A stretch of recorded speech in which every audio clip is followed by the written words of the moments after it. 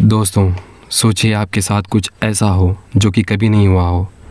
आपके साथ कोई मौजूद हो आप ही के बाजू पर, आपको उसकी खबर बिल्कुल भी ना हो जब तक कि आप उसे महसूस करो। ऐसा ही एक हॉन्टेड एक्सपीरियंस लेकर आया हूँ आपके सामने। कहानी की शुरुआत होती है एक गांव से जो कि तेलंगाना और महाराष्ट्र के बॉर्डर पर सिचुएटेड होता है, और इस गांव का नाम है गोए गांव।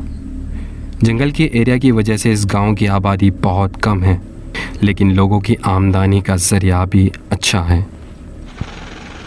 ये वाक़या है आरिफ के घर का, जो कि इसी गांव में रहने वाला है। गर्मियों का मौसम होने की वजह से आरिफ और उनके भाई दोस्त साहब लकड़ियाँ तोड़ने का फ़ैसला लेते हैं, क्योंकि सर्दियाँ और बारिश में लकड़ियाँ गीली होती हैं। वो फ़ायदा उठा रहे थे अपने आसपास जंगल होने की वजह से। वो लोग डिसाइड करते हैं अपने पास के जंगल में जाकर लकड़ियाँ तोड़ेंगे। वो ये डिसाइड कर निकल पड़ते हैं। सूखी लकड़ियाँ वहाँ बहुत कम मौजूद होती हैं, शायद इनसे पहले यहाँ लकड़ियाँ के लिए कोई और आकर गया हो। आरिफ का भाई और दोस्त चारों तरफ अलग अलग डिवाइड होकर लकड़ियाँ जमा करने लगते हैं। कम लकड़ियों की मौजूदगी के वजह से आरिफ डिसाइड करता है कि वो ऊपर पहाड़ चढ़कर लकड़ियाँ ढूंढेगा। उस वक्त शाम के करीब 6:30 हो रहे थे। आरिफ बिना किसी को बताए पहाड़ की ओर बढ़ता है। जैसे ही वो कदम बढ़ाता जा रहा था, उसे एक आवाज़ पहाड़ की ओर से आने लगती है। अब सूरज ढल रहा है। नीचे आरिफ के दोस्त और उसके भाई आरिफ की तलाश में आवाज़ें लगा रहे थे कि आरिफ आरिफ, शाम हो गई है, रात का वक्त होने वाला है, कहाँ हो तुम। सब परेशान थे कि आरिफ कहाँ गया होगा। उस वक्त आरिफ के भाई ने उसे कॉल तक किया। जंगल का एरिया होने की वजह से वहाँ पे नेटवर्क की कनेक्टिविटी बहुत कम होती है, जिसकी वजह से कॉल भी कनेक्ट नहीं हो पाता। उधर आरिफ एक आवाज़ सुनकर, जो कि पहाड़ के आगे से यानी पहाड़ के चोटी से आ रही थी, उसे सुनकर डर जाता है। वो पसीने से लुत्फुत हो गया था, डर से काँप रहा था। वो वापस घर की ओर भागने लगता है। भागते भागते आवाज़ लगाता है, भागो यहाँ से, जल्दी भागो यहाँ से। दौड़ लगाने के दौरान उसकी एक चप्पल टूट जाती है और वो ज़मीन पर गिर जाता है। उसके घुटने से खून बह रहा है, फिर भी वो वापस से उठकर भागने लगता है।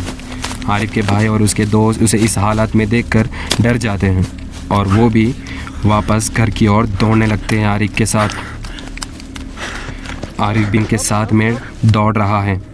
कुछ दूरी पर एक नदी लगती है और आरिफ वहाँ रुक जाता है, हाथ पैर और मुंह धोने लगता है। आरिफ की ये हालत देखकर उसके भाई और दोस्त अहबाब परेशान हो जाते हैं। ये सब उसकी हालत देखकर आरिफ का भाई उसे पूछने लगता है, ये क्या हाल बना रखा है तूने, क्यों भगाया और क्यों भागा। वो जवाब देता है, अगर कुछ देर हम और वहाँ रुक जाते तो शायद ही हम जिंदा वापस लौट पाते। आरिफ का ये जवाब सुनकर सब हैरत में पड़ जाते हैं और पूछते हैं, ऐसा क्या देखा तूने वहाँ जो ये जवाब दे रहा है। आरिफ अपने भाई की तरफ डरते हुए अंदाज में कहता है, मुझे उस पहाड़ पर मेरे भाई और एक औरत की आवाज़ आती है। वो कहती है दोनों आवाज़ों में, मानो औरत और आदमी एक ही आवाज़ में बोल रहा हो। वो कहती है, यहाँ बहुत सारी लकड़ियाँ पड़ी हैं और एक जगह जमा है, आकर ले लो। ये सुनकर आरिफ का भाई भी डर जाता है और कहने लगता है, मैंने तो तुझे कुछ ऐसी आवाज़ लगाई नहीं थी, ये तो क्या कह रहा है। ये सब सुनने के बाद आरिफ का भाई कहता है कि ज़रूर दाल में कुछ काला है। ये सब वाक़े के बाद आरिफ का भाई कहता है कि चलो घर जल्दी वापस चलते हैं। घर जाने से पहले वो पीछे एक बार जंगल को मुड़कर देखते हैं तो जंगल बहुत ही ज़्यादा काला हो गया था। शायद उस दिन अमावस्या का मौसम चल रहा था, इसीलिए इतना ज़्यादा अंधेरा हो गया था जंगल में। वो लोग जैसे तैसे करते अपने घर वापस चले जाते हैं। दोस्त लोग अपने घर और आरिफ उसका भाई अपने घर। अभी कहानी ख़त्म नहीं हुई है, असल हादसा बाकी है। दोस्तों, मैं आपसे दरख्वास्त करता हूँ कि कहानी के आगे बढ़ने से पहले एक बार खुदा को याद कर लो और अपने आप को डर से बचाओ। आरिफ और उसका भाई दोनों अपने घर जाकर सो जाते हैं।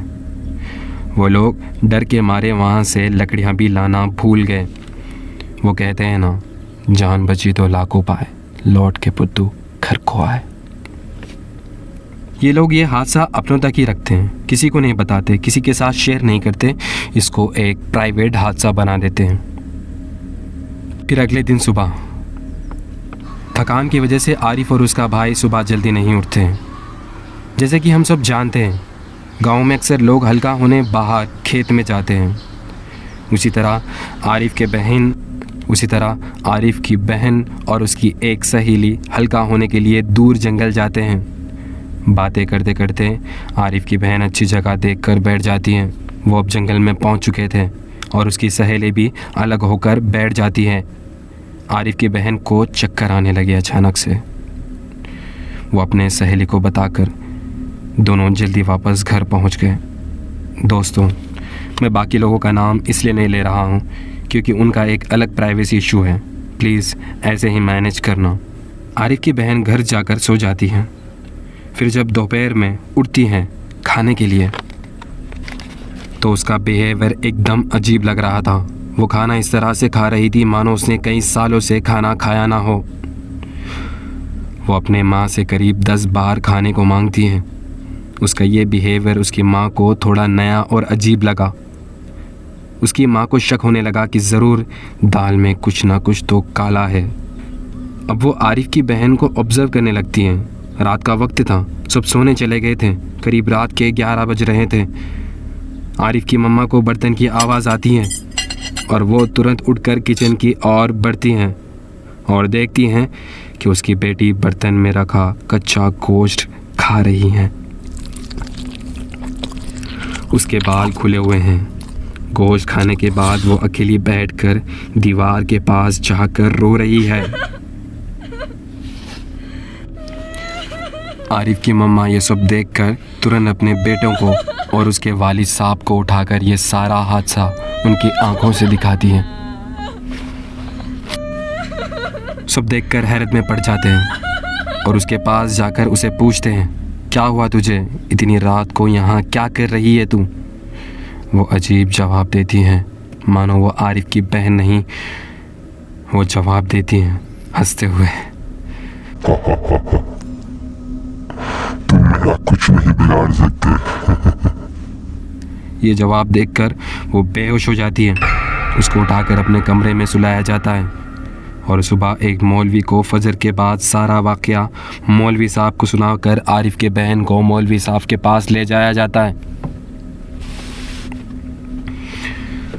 मौलवी साहब उसको अपने सामने बिठाकर कुछ कुरान के आयतें पढ़ते हैं और पानी दम करके उसे पीने को कहते हैं। जैसे ही वो पानी पीती है उसकी आंखें लाल हो जाती है और वो गुस्से में आकर मौलवी को कहती है, क्यों बे, बहुत शौक है तुझे, चला जा यहाँ से वरना तुझे और तेरी फैमिली को बर्बाद कर दूंगी। वो बेकाबू हो रही थी। घर के लोगों ने उसे ज़बरदस्ती पकड़ा।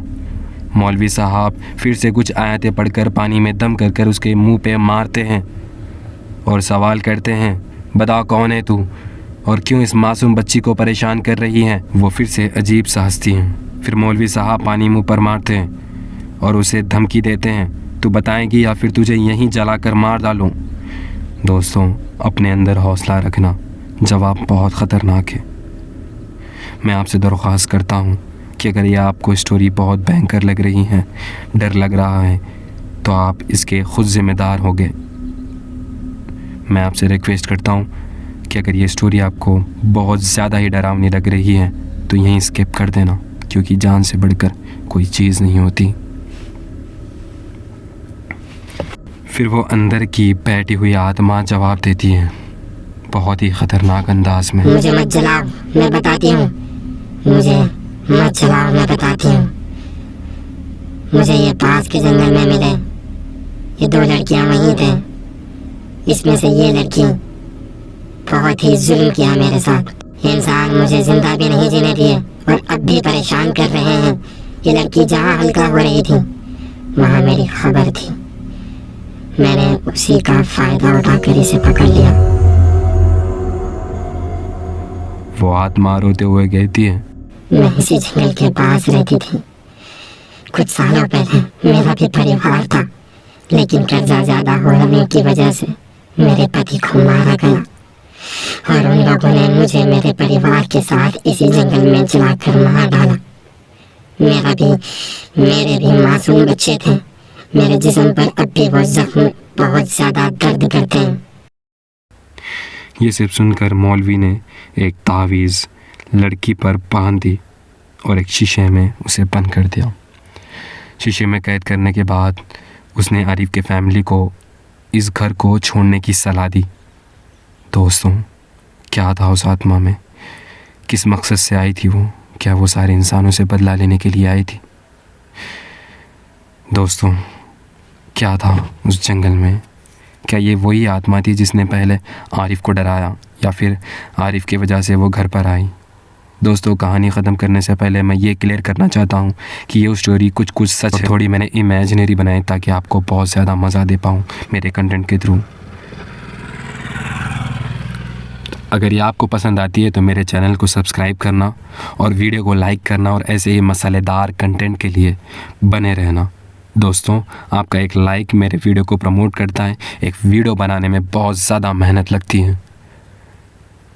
मैं तो सोच रहा हूँ कि इस कहानी के बाद भी और कुछ वाक़यात होगा और कुछ हुआ होगा। शायद वो शीशा फूटा होगा या शायद वो शीशे से आत्मा बाहर आ सकती है।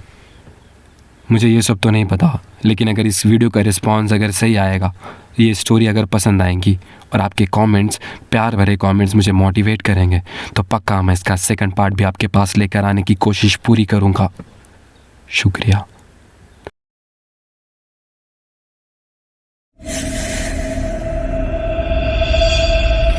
The Shark